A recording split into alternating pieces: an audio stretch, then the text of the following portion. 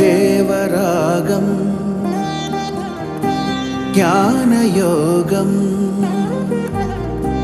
వ్యాసపీఠం బహువేదశాస్త్రం బోధామృతహిత శ్రీమన్నారాయణం శివగౌరీ సంభాషిత సకల పురాణం అష్టాక్షరి పంచాక్షరి మంత్రావరణం అఖిల దేవతా సంస్తుతి పారాయణం జయమంగళకరమీ ప్రవచన శ్రవణం అనుదినము శుభము సుఖము జీవనగమనం దేవరాగం జ్ఞానయోగం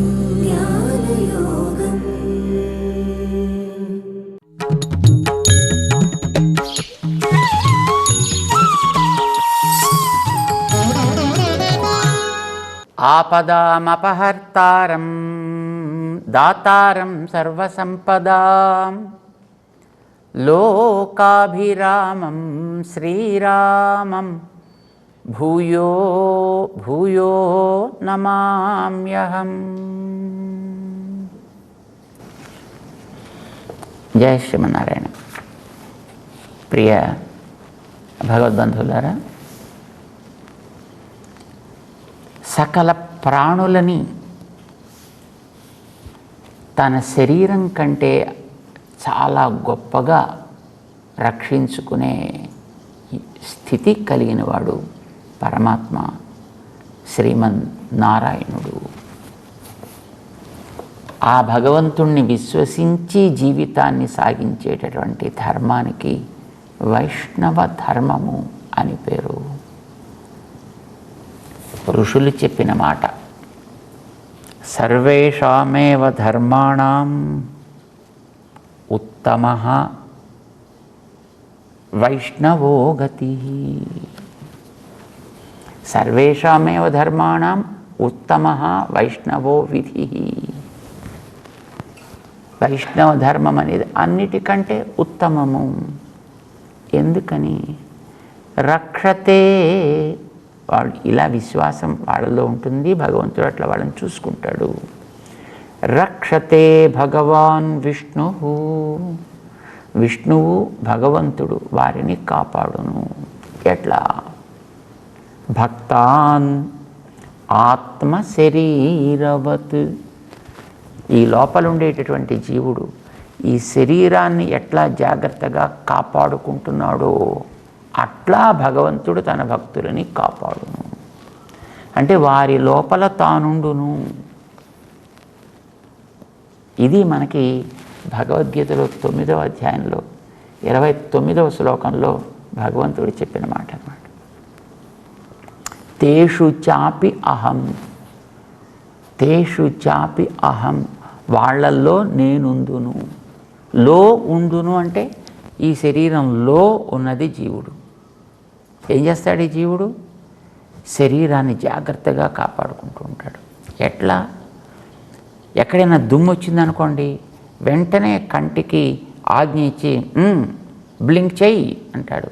వెంటనే ఇలా ఇలా ఇలా ఇలా ఆ దుమ్ము మన మీద పడకుండా కాపాడుకుంటాం. వెనక నుంచి ఎటు నుంచో దోమ వస్తోంది, దాన్ని డ్రైవ్ చేయి, చేతికి ఇన్స్ట్రక్షన్స్ వెళ్ళిపోతాయి. ఎంత ఎత్తులో, ఎంత వాలులో, ఏ పక్కకి వెళ్ళాలో, ఎక్కడ వాడిని తొలగించాలి అనేటటువంటిది. ఎవడైనా ఎటు నుంచైనా తోస్తున్నాడు అనుకోండి, ముందు నుంచి ఎవడైనా తోసాడు అనుకోండి, కాలు వెనక్కి వెళ్ళి అక్కడ దానికి సపోర్ట్ ఇవ్వు అంటుంది. వెంటనే కాలు వెనక్కి వెళ్ళి సపోర్ట్ ఇస్తుంది. వెనక్కి నుంచి తోసాడు అనుకోండి, ముందుకు వెళ్ళము, సపోర్ట్ తీసుకోనము అంటుంది. పక్క నుంచి తోసాడు అనుకోండి, ఇటు పక్కకి వెళ్ళి బ్యాలెన్స్. ఇది ఎవరు చేసిన? శరీరం చేయటలా, లోపలున్న ఆత్మ ఇచ్చిన ఆజ్ఞని బట్టి శరీరాన్ని జాగ్రత్తగా కదిపి అది రక్షణ పొందేట్టు చేస్తోంది.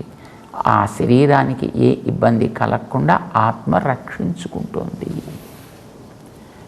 ఇలాగ భగవంతుడు తన భక్తుల లోపల తానుండి వాళ్ళని కూడా రక్షించుకుంటూ ఉంటాడు. ఇది వైష్ణవ సంప్రదాయం చెప్పేటటువంటి మాట. అందుకోసమనే వైష్ణవ ధర్మం అనేది సర్వేషామేవ ధర్మాణం ఉత్తమః వైష్ణవః విధిః అని మనకి శాస్త్రాలు చెప్తున్నాయి. భగవత్ సమాశ్రయణము చేసినటువంటి వ్యక్తి భక్తుడు అని మనం అంటాం. అలాంటి వ్యక్తులని భగవంతుడు ఎట్లా చూసుకొనును?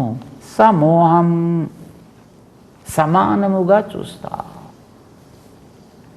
అందరినీ సమానంగానే చూస్తాడు. కానీ ఎవరైతే తన యందు భక్తి కలిగి ఉంటారో వాళ్ళని మాత్రం తన గుండెలలో దాచుకుంటాడు పదిలంగా. అందరినీ కాపాడాలి కనుక కాపాడుతాడు. కానీ తన భక్తులు ఎవరుంటారో వాళ్ళని గుండెలలో దాచుకుని కాపాడుతాడు అన్నమాట. అందుకోసం శ్లోకంలో 2 వాక్యాల్లో మొదటి సమోహం సర్వభూతేషు నమే ద్వేష్యోస్తి న ప్రియః 29వ శ్లోకం 9వ అధ్యాయం. నాకు ద్వేష్యుడు లేడు, ప్రియుడు లేడు. నేను ఎవరిని ద్వేషించా, ఎవరిని కూడా నేను నెత్తికెక్కించుకొనను. 2 లేవు చెప్పాడు. కానీ తర్వాత ఏ భజంతితు మాం భక్త్యా, అందరినీ సమానంగానే చూస్తా. అయినప్పటికీ కూడా ఎవరు నా యందు అతిశయించినటువంటి సేవాభావాన్ని, నన్ను సమాశ్రయణం చేసుకుని ఎవడైతే నన్ను ప్రేమతోటి చూసుకుంటాడో మయితే, వాళ్ళని నేను నా హృదయంలో దాచుకుంటా. అలాగా ఎవడైతే ఏ భజంతితు మాం భక్త్యా, ఎవడు నా యందు భక్తితోటి సేవాభావంతో సమాశ్రితుడై ఉంటాడో అలాంటి వాళ్ళని మాత్రం నేను గుండెలలో దాచుకుంటా. వాళ్ళ గుండెలలో నేనుంటా. ఇలాగ ఉంచుకోవడంలో ఆయన ఎక్కడ ఏ రకమైనటువంటి పక్షపాతం కూడా చూపించలేదండి. అంటే భక్తి కలిగిన వాళ్ళ విషయంలో శ్రద్ధ చూపించడంలో మళ్ళీ అక్కడ వీడు మనిష, జంతువ, పక్ష, చిట్ట, పుట్ట, గట్ట, ఇది మళ్ళీ ఆ పక్షపాతం పెట్టుకోడైనా. ఉదాహరణలు మనం చూడొచ్చు. కాకి తిరిగి తిరిగి ముల్లోకాల్లోనూ శరణు లేక ఇంద్రుడు కొడుకైనటువంటి జయంతుడు సీతమ్మని ముక్కుతో చీల్చినటువంటి వ్యక్తి, త్రీన్లోకాన్ సంపరిక్రమ్య తమేవ శరణం గతః వాల్మీకి చెప్పాడు. తిరిగాడు. ఇంకెవ్వడు ఆయనకి అమ్మో రామబాణం వస్తోంది, దాని నుంచి నేను నిన్ను రక్షించలేము, ప్లీజ్ మా ఇంట్లో నువ్వు దూరద్దు. మా ఇంట్లో దూరావంటే నీతో పాటు మా ఇల్లు కూడా పోతుంది. అంచేత మా ఇంట్లో దూరడానికి వీల్లేదు, get out of the house. అందరూ ఎవడు చేస పిత్రాచ పరిత్యక్త అంట. తల్లి పొమ్మంది, తండ్రి పొమ్మన్నాడు, అందరూ పొమ్మన్నారు. గతి లేక తమేవ శరణం గతః, రాముడి పాదాలనే శరణు చొచ్చాడు ఆయన. అక్కడే సమాశ్రితుడు అయ్యాడు ఆయన. కాపాడాడు స్వామి, అన్నిటి నుంచి కాపాడాడు ఆయన. వాడికి ప్రాణం పోసాడు. సరే, వేసిన బాణాన్ని వ్యర్థం కానివ్వకూడదు కనుక ఒక కన్నుని మాత్రం తీశాడు తప్ప వాడికి జీవితాన్ని ఇచ్చాడు ఆయన. కాకాసుర వృత్తాంతాన్ని మనం చూడాలి. వానరాల గురించి మనం చెప్పనే అక్కర్లేదు. సుగ్రీవుడు అతనికే చెందినవాడు కనుక ఆంజనేయ స్వామిని కూడా తనకి ప్రాణాన్ని పోసినటువంటి మహనీయుడుగా ఎంత ఉత్తమ స్థానంలో పెట్టుకున్నాడో ఆయన. మనం హనుమా, నా ప్రాణాలన్నీ నీకు ఇచ్చినప్పటికీ కూడా నీవు చేసిన మహోపకారం నుంచి, ఆ రుణ నుంచి మేము విముక్తులం కాలేం సుమా. భవామ రుణినో వయం, మేమెప్పుడు నీకు రుణపడే ఉండిపోతున్నామయ్యా అని అనుకున్నాడు. ఆంజనేయ స్వామి విషయంలో తను చూపించినటువంటి ప్రేమ, ఆంజనేయుడు తనని ఆశ్రయించుకున్నాడనేటటువంటి భావన చేత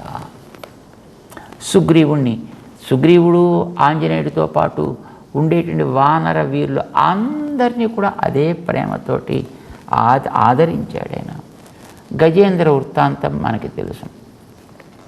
గజేంద్రుడు ఒక జంతువు, ఏం స్తోత్రం చేసి ఉంటుంది? కరిప్రవర బృంహిత. అది కరి చేసినది ఒక అరుపు అరిచి ఉంటాడు, ఒక ఘీంకారం చేసి ఉంటాడు ఆయన. అంతే, ఆయన చేసిన స్తోత్రం వల్ల తనకు వచ్చిన సౌండ్ ఏదో దాన్ని ప్రొడ్యూస్ చేశాడు ఆయన. కానీ ఆ మాత్రం దానికి కరిగి ఆయన వచ్చి ఆ ఏనుక్కి చేసినటువంటి ఉపచారం చూస్తే ఎంత ఆనందం వేస్తుందో. వాణ్ణి ఆశ్రయించుకోవడం చేత ఆ మొసలికి మోక్షం ఇచ్చాడు, ఇతనికి విడుదలనిచ్చాడు, కలిగిన లోపాన్ని తొలగించాడు, తాను కోరినటువంటి పుష్పాన్ని తన పాదం మీద సమర్పణ చేయించుకున్నాడు. వాడికి ఒక అద్భుతమైనటువంటి చరిత్రలో సువర్ణాక్షరాల స్థానాన్ని కల్పించి వేశాడు. ఒక పక్షి జటాయు మనకి తెలుసు. ఒక పక్షేంద్రుడు అంటాం మనం. వానరేంద్రుడు ఆయన, గజేంద్రుడు ఈయన, పక్షీంద్రుడు ఈయన. జటాయు ఒక గద్ద, శ్మశానాల్లో శవాలని తింటూ బతికేటటువంటి ఒక గ్రద్ద. కానీ దానికి ఏర్పడ్డటువంటి ప్రేమ విశేషం చేత, రామా నువ్వు లక్ష్మణుడు ఎప్పుడైనా ఒకవేళ దూరంగా ఉండే స్థితి ఏర్పడితే సీతమ్మకి నేను రక్షకుడిగా ఉంటా, చూసుకుంటా, నా ప్రాణం ఉన్నంత వరకు జాగ్రత్తగా నేను సేవ చేస్తా. అద్భుతమైన మాట అనడమే కాదు, నలుగురిలో ఉండేటప్పుడు రకరకాల వాగ్దానాలు చాలామంది చేస్తారు. కానీ తర్వాత కార్యరూపంలోకి రావాల్సి వచ్చేటప్పటికి మాత్రం తుపాకీ దెబ్బకు కూడా ఎవడో అందకుండా ఎక్కడికో పోతుంటారు. కానీ జటాయు మాట అనడం కాదు. రావణాసుడు ఎత్తుకుపోతుంటే సీతమ్మ పిలిచినప్పుడు, పాపం ముసలాయన కదా, 60,000 సంవత్సరాల పైబడ్డ వయస్సు. పాపం ఎక్కడో చెట్టు కొమ్మ మీద కూర్చుని పాపం కొనుక్కుతున్నాడు ఆయన. ఇంతలో వినిపించింది సీతమ్మ యొక్క పిలుపు. వెంటనే, నేను బతికొండగా నువ్వు సీతమ్మని తీసుకుని వెళ్ళడానికి వీల్లేదు సుమా అని విజృంభించింది వాడి మీద. ఎన్ని రకాలుగా హోనం చేయాలో అన్ని రకాలుగా చేసేసింది. అసలు వాడిని పూర్తిగా నశింపచేసేసి ఉండేది వాడే మాయాప్రయోగం కనుక చేసి ఉండకపోతే. సామాన్యమైనటువంటి శక్తి చేత దాన్ని నిగ్రహించేటటువంటి విధానం చేతకాక చివరికి మాయాప్రయోగం చేసి దాని రెక్కల్ని నరికి వేస్తాడు రావణాసురుడు. అలాంటి పక్షిని చూసి అయ్యో అని పాపం తల కొట్టుకుని ఏడిచాడు రామచంద్రుడు. ఎంత ఏడ్చాడంటే చాలా ఆశ్చర్యం వేస్తుంది. రాజ్యాత్ భ్రష్ట వనే వాస. ఏమిటి నా దౌర్భాగ్యం ఇది? రాజ్యమా పాయ, అడవిలోనా ఉండాల్సి వచ్చాయి, సీతమ్మనా వాడెవడో ఎత్తుకుపోయాయి. పోనీ ఈ ఉన్న తండ్రిలాగా ఆదుకునేటువంటి ఒక పక్షైనా ఉంటాడంటే ద్విజో నష్ట, వీడు కూడా చివరికి పోయాడే. ఏమిటి నాకుండేటటువంటి ఈ దౌర్భాగ్యపు స్థితి? ఇలాంటి మమ అలక్ష్మి నిర్దహేదపి పావకం. అన్నిటినీ కాల్చేవాడు అగ్నిహోత్రుడైతే ఆ అగ్నిహోత్రుడు నా దగ్గరికి వచ్చినప్పటికీ నా దరిద్రపు స్థితి ఆ అగ్నిహోత్రులను కూడా కాల్చి పారవేస్తుంది. అంత దారుణంగా ఉంది ఇది అని పాపం ఆ పక్షిని కోల్పోయినటువంటి దుఃఖంతో రాముడు ఎంత దిగులు పడ్డాడో మనకు ఆశ్చర్యం వేస్తుంది. దుఃఖం మీద దుఃఖం, దుఃఖమే కష్టం మీద కష్టం ఆయనకి ఇలా వచ్చాయే అని పాపం కుంగిపోతాడు ఆయన. ఇది తిర్యక్ జాతిలో మనం చూసినట్టే కాకి కానీ ఈ జటాయువు కానీ, ఆ జటాయువుకి ఎంత స్థితిని కలిగించాడంటే మయాత్వం సమనుజ్ఞాత గచ్చ లోకాన్ అనుత్తమాన్. లోకాల్లోకెల్లా అతి ఉత్తమ లోకమేదో ఆ లోకం నీకు ఇస్తున్నాను పో. ఏమిటా ఉత్తమైన లోకం? ఒకటే, పరమపదం ఇస్తున్నాను పో అన్నాడు ఆయన.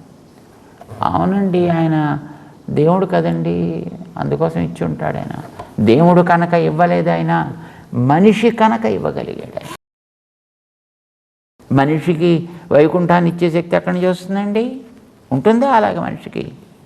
ఎస్, ఉంటుంది అని నిరూపణ చేశారు మన పూర్వ ఆచార్యులు. ఎట్లా అంటే అయోధ్యాపుర జనుల్ని అడగాలి మనం, వాల్మీకిని చూడాలి మనం, అందులో తెలుస్తుంది. సత్యేన లోకాన్ జయతి.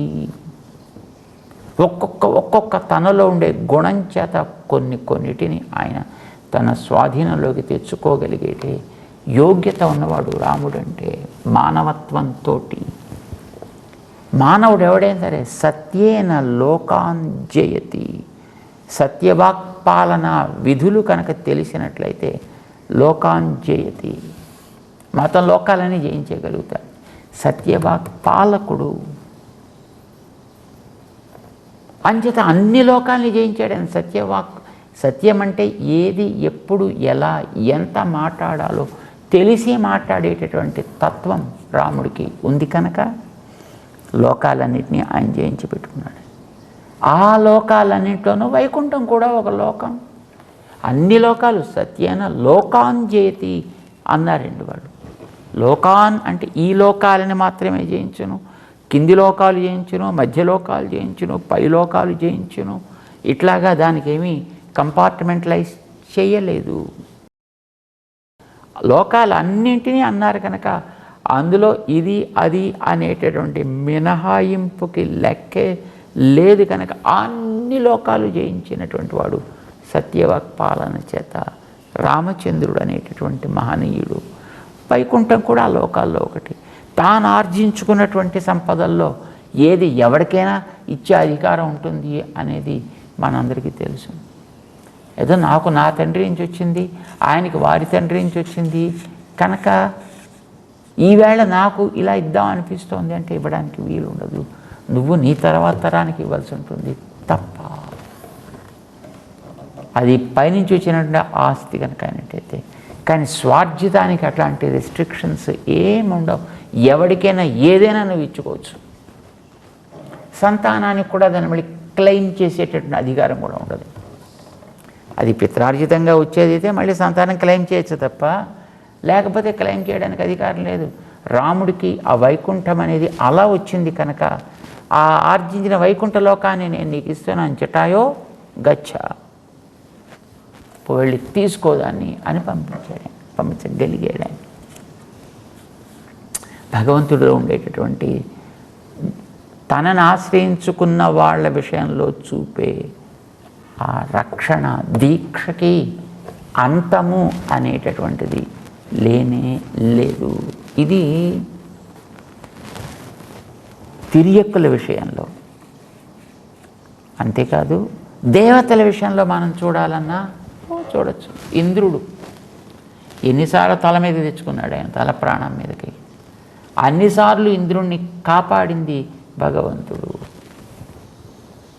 ఆశ్రయించి తనకి శరణాగతుడు అయ్యాడు కనుక బ్రహ్మగారికి, రుద్రుడికి, ఒకళ్ళకి ఇద్దరికని కాదు, దేవతలో ఎవడెవడికి ఎక్కడెక్కడ ఎప్పుడెప్పుడు ఏ ఉపద్రవం వచ్చినా ఆ ఉపద్రవాల నుంచి మళ్ళీ వాళ్ళని తీసి బయట పారేయాల్సినటువంటి తత్వం పాపం భగవంతుడే. ఎందుకు? తనకే అపకారం చేసినా వాడికి మళ్ళీ తిరిగి ఉపకారాన్ని చేసేటువంటి మనస్తత్వం భగవంతుడిలో ఎంత గొప్ప గుణం ఇది. ఇంద్రుడి విషయం మనకు తెలుసును. తన దగ్గర పనిచేసిన వచ్చిన నౌకరుగాడు ఇంద్రుడు.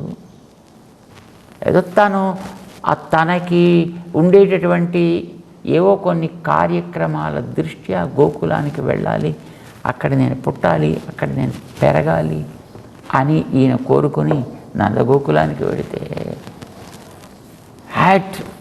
నేను ఇంత గొప్పవాడిని, నేను ఇంద్రుడిని, స్వర్గాధిపతిని, దేవతలకందరికీ కూడా లీడర్ని, అలాంటిది నేను వస్తే నన్నే పట్టించుకోరా, వాడెవడో చెప్పినట్టుగా వాడి మాట విని వాడి వెంట పడతారు మీరంతా, నాన్ సెన్స్. కోపం వచ్చి రాళ్లవాన కురిపించి వాళ్ళందరూ నానా ఏడుపులు ఏడిపిస్తే పాపం కొండనెత్తి 7 రోజులు వాళ్ళని కాపాడి, ఇంద్రుడు పిచ్చి పిల్లాడు, ఆకలి కోపం వచ్చింది, క్రమంగా తగ్గితే వాడికే బుద్ధి వస్తుందిలే అని అనుకున్నాడు, వదిలేశాడు ఆయన్ని. తిరిగి తర్వాత తన పాదాలను ఆశ్రయించి తర్వాత గోవింద పట్టాభిషేకం చేస్తే, సరే పోయి బతకవయ్యా, మంచిగా బతుకు, కనీసం ఈసారైనా ఇక పైన ఇట్లాంటి అప్రాచ్య పనులు చేయకు, జాగ్రత్త పో అని పంపించాడే. ఆయన వీడు మా దేవతలకు అధిపతి కనుక వీడికేదో పార్షియాలిటీ, వీడికేదో స్పెషాలిటీ ఉండదు. వాడేదో జంతువు కనుక వాడిని ఏదో నామమాత్రంగా కావాల్సింది ఏదో చేసి నో. తన ఇంట్లో తన పిల్లాడికి లేక కలిగినటువంటి పిల్లవాడి విషయంలో చూపించేటటువంటి తండ్రి యొక్క ఆదరణ ఎట్లా ఉంటుందో అందరి యందు కూడా అట్లాంటి ఆదరణే భగవంతుడికి ఉంటుంది.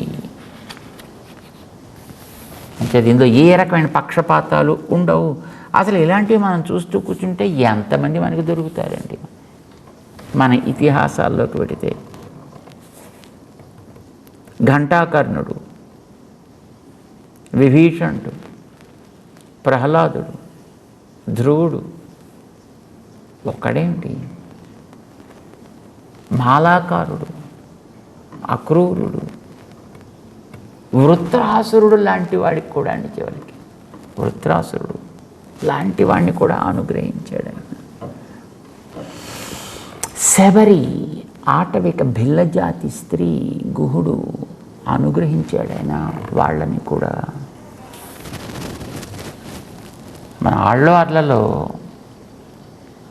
తిరుమంగయ్యన ఆళ్వారు ఉన్నారండి. ఆయన ఒక చోరుడు, కానీ ఆయనకు కూడా అనుగ్రహించి ఆయనకు కూడా ఉత్తమమైనటువంటి జ్ఞానాన్ని ఇచ్చి ఆయన చేత అద్భుతమైన పాటలు పాడించుకుని ఆ పాటలే తనకి హంసతూలిక తల్పమా అన్నట్టుగా వాటిని ఆస్వాదిస్తూ దాంట్లో ఉండిపోయాడు. అస్పృశ్య జాతి అని అనిపించుకునేట్టుగా ఆ రోజుల్లో ఉండేటటువంటి పాణన్, ఆయన పేరు పాణన్ అనేటువంటి ఒక జాతి, దానికి సంబంధించినటువంటి ఒక మహానుభావుడికి తన యందు ప్రేమ కలిగింది కదా అనే భావం చేత శ్రీరంగ క్షేత్రపు ఆలయానికి ప్రధాన అర్చకుడుగా ఉండే లోక సారంగ మహామునిని పంపి ఆ తిరుప్పాణన్ అనేటటువంటి అతన్ని నీ భుజం మీద మోసుకురావయ్యా మా దగ్గరికి అని ఆయన పిలిపించుకుని 10 పాటలు ఆయన పాడితే అమలన్ ఆదిపిరాన్, ఏ దోషము అంటనివాడా, లోకాలకు ఉపకారకుడా, ఆది ఉపకారకుడా, అమలన్ ఆదిపిరాన్, కేవలం నీకు కాకుండా నీవు అభిమానించేటటువంటి నీ దాసులకి దాసులుగా ఉండగలిగే ఒక సౌభాగ్యాన్ని నాకు కలిగించావా అని ఓ 10 పాటలు ఆయన పాడుకునేట్టు చేసి ఆయన్ని తన పాదాల్లోకి లీనం చేసుకున్నాడు. ఆయన